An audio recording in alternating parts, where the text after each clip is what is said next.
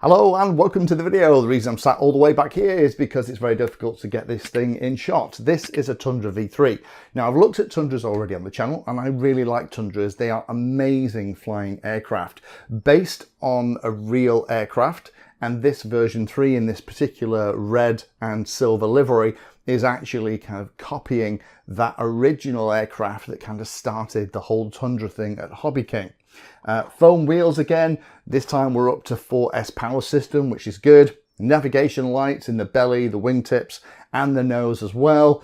But a lot of it has remained the same, and that's good news because a lot of the stuff that Tundras do has been pretty much spot on ever since they made the full Tundras. The Grand Tundra is also a really nice plane. I like that one. There's only been one plane that I didn't really like, and that was the Micro Tundra. They shrunk it down but didn't really take into effect the impact on things like the control surfaces and stuff. But every single of the Tundra they've made has been a good model. So I've had this one for a while. I was actually sent this one back in Easter. It's taken me a while to get to it, but I thought now I'm having a decent day and I can get some flight footage. I can actually talk about what I think about this new Tundra V3. So the box is pretty big because the body comes in one big piece. This comes not only with the wheels, but also comes with the skids as well. Apologies for filming this on the dining room table with the nice dining room cloth that we've got on there for spring, but hopefully it'll show you how well it's packaged. Be careful of this bottom piece of cardboard. It's not just there for protection. There is actually something underneath it. So when you cut it away, be careful that you don't lose the piece that is underneath. There is some warnings kind of on the piece itself, but in here you have the prop, you have the FPV canopy, and you have all the supports and screws and all the covers and things that you're going to need. You don't need anything else apart from a little bit of glue to put it together, but I'll go through the building steps in a moment. So in terms of the features with this, well, it has navigation lights on the wingtips and the belly, has quick connect wing servo plugs. So by plugging the wings into the main body, it makes the electrical connections, which is a very modern way of doing it. Has 4S setup. So this is designed for 4S, which is a pretty standard modern way of doing those kind of things. All of the screws in here are hex style screws, or Allen keys as I know them as. So be aware of that. There are a couple of Allen keys that come in the kit. They're not quite long enough to get into all the places you need to. So if you have a couple of Allen keys around, that's going to come in handy. Large wheels. The wheels are back to foam from the previous version. I quite like the foam ones. They are a bit lighter, and it also is STOL short takeoff and landing capable because the flaps will go down to a very impressive 90 degree. So if you want very short takeoff and landing with this model, you're absolutely going to be able to do it. Now it does come with a very basic manual. There's a full online, but all the information that you need is actually on this single page. These are the floats. These came as part of this kit here, along with the carbon fiber spars. As you can see here, it's very, very well packaged, and it has survived the shipping. Even though the end of the box was a little bit dinged, everything in here is perfect. The wings are all put together and protected, and you have kind of this ribbed detail which makes it look like it is a real size plane.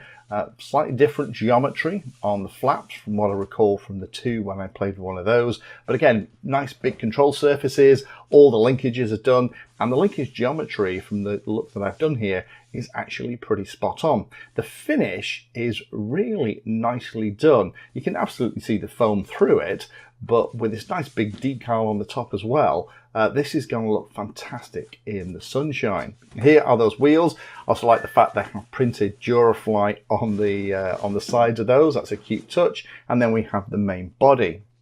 This thing does have a really wide speed envelope, and you probably spotted those slots in the front. Those are for vortex generators. They're designed to improve the stall characteristics and be able to fly even slower. And there's also a tow mount for glider towing on the back as well. So we'll see what the kind of static thrust is when we get to it. Specs on this, well, it's the same wingspan as the V2. So this is a 1300mm or 51-inch model. Length is the same as the V2 at 320mm or 36.25 inches. The wing area is 26 dm squared, which is the same as the V2. The flying weight is the same as 1.15 kilograms. It needs 6 channels though for this V3. That is an increase over the V2 because there's a reverse function on the ESC, which is going to be useful particularly when on your float. It means you can reverse away from weeds and stuff at the edge of wherever you're landing on water.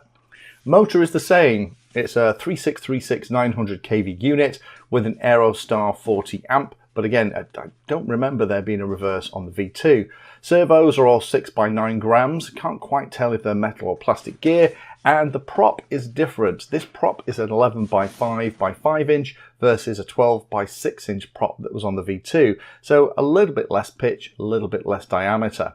The battery you're going to need for this is anything from an 18 to 2200 4S, which again was the same as the V2. So the only really things that are changing on here is the prop is a slightly different size and you're going to need an extra channel for the reverse for the ESC.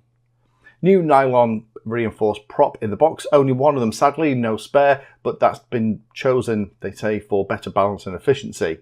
In terms of the building itself will only take 10 minutes. However, letting the glue go off for the one glue component is going to be an overnight job. First thing is to put these into the leading edges of the wings. These are the vortex generators that go into these slots along the leading edges of the wing. There isn't any glue supplied, so you're going to have to put a little dab of something like Yoo-Hoo pour into each of these slots and press them home. Once you've done that, put the wings to the side because we won't need them until the final bits of assembly. Next job then is to put the landing gear together. There are 2 struts that the whole landing gear should kind of be canted very slightly forward. There's this little screw here on the connector. Undo that to orientate the connector the right way around. It should look like this, and then push those 2 pieces into the bottom of the model. Once they are in place, you can also push home the little center piece that is part of the suspension and then cover it with the supplied plastic pieces that go over each side. Once that's done, then it's just a case of fixing the final parts of the suspension. Put these struts on, the ends first would be my recommendation, and then stretch until it pops onto the end. Do that for both sides, and that's the suspension built. Next job then is to screw on the wheels on the end of each piece. The wheels themselves only just go over the threaded pieces. I guess that's so they're not easy to come off when you land. Once you've done that, then you're going to have to put these little plastic hub nuts, I guess you'd call them, on the end, and you can just tighten them with your hands until the wheel is secure but freewheeling. Next job then is to put the real tail wheel in. It just pushes home and held in place by 2 of the self-tapping screws, exactly the same as the previous version. Then it's a case of installing the horizontal stabilizer with the elevator. They're designed to push together. However, you are going to have to find in the pack there's an additional carbon fiber supporting rod. Make sure that you exercise all these controls first. Make sure they're nice and free moving. Push the rod into 1/2. Push that into the guides in the back of the tail and then push the other half home and then pop 2 screws in just to keep them in place. Next job then is to install the wings. Push the carbon fiber spar through the main body and then the wings just slide on. Because of the connectors at the wing root, they make all the connections automatically. Just give it a firm push and then you can use 2 of the machine screws to hold it into place. Do that on both sides. Next thing then is to install the spar that goes underneath. Be aware that there is a left and a right, so test fit them before you start screwing everything in. They go into a slot underneath the wing and also just behind where you've installed all the landing gear. Again, use machine screws to keep them in place. At this point, the Tundra will start to actually look like a little plane, and you've pretty much done all of the building. The only extra thing I did was pull all these balsa wood bits out. This is kind of the FPV canopy, if you want to think of it like that. Putting it together is pretty easy and straightforward. I would just use CA glue, and when it's together, it looks like this. It actually fits really nicely into the canopy of the model. So what's it like to fly? Well, surprise, surprise, this flies exactly the same way as the version 1 and version 2 Tundras, the classic Tundras. I like the update to 4S power with this. The throws are the standard throws that are in the manual. I've gone for the middle position as of everything. Central gravity is set 55mm back from the leading edge, bang in the middle of where it says in the manual too. Using a 2200 4S pack in this, flying weight is just over 1.3 kilograms. Hand launching, as you can see, is easy. Loads of static thrust, but with those wheels, it does mean that if you are lucky enough to have somewhere with very short grass, you can easily taxi it around and take off from there too. Don't need the flaps to get into the air, although with the flaps down you will be able to fly nice and slowly, and by popping them down when you're taking off from the ground, it'll mean you can get into the air in just a handful of feet. Very stable and fun to fly. If you take your hands off the sticks, the model will kind of naturally settle into a straight and level attitude once it's all trimmed, so it almost feels like there's a stabilizer on there giving you a hand. Low noise levels too, thanks to that very large prop, obviously designed for lots of static thrust and efficiency, not for speed, and it's not really an acrobatic machine. It's not designed for that, and it's not really capable of high speeds, but it can kind of fly at a slow walking pace, particularly if you drop the flaps and put it into a little bit of high alpha. This looks great in the air, especially in this silver and red livery. When the sun catches it, it flashes. It looks amazing. Flight time for my 2200 mAh pack is about 10 minutes, but the model will definitely take a bigger, heavier battery if you want to fly for longer.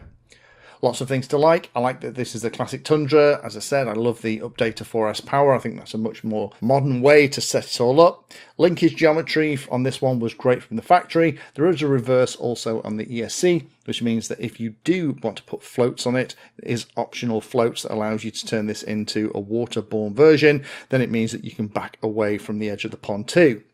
I like the connectors in the wing roots, they're really nice touches, and the thumb screws would have been nice for the other outer wing connectors for toolless removal, but at the moment they are hex drivers, so you're going to need an Allen key or a hex wrench. And I like that basic balsa FPV canopy as well. It actually does the job. However, you are of course going to be looking through the property fly. Only a couple of things to be aware of. Spares availability, check that there are spares when you're buying this. I would definitely treat yourself to a spare prop and potentially spare undercarriage as well. The sprung undercarriage works really nicely, but it's one of those things that tends to get a bit of abuse, particularly if you're not landing on something that's very smooth. And you do need to go hunting for the aileron and flap connections when you unpack it. Mine were really hidden away inside the box. So in summary, this is a Tundra V2 in new colours really, with the addition of 4S power and some navigation lights as well. Skis and wheels would be nice to have had in the box as well, but if you have been looking for a Tundra, this one delivers all the Tundra goodness in the same familiar package that we've had for a while. Thank you for watching my video. Check out the playlist, and adding Painless 360 to your search terms will help you find my content. If you haven't done so already, please hit the like and subscribe button. It helps a lot. You can support the time I spend here answering questions and helping others by using the links in the video description.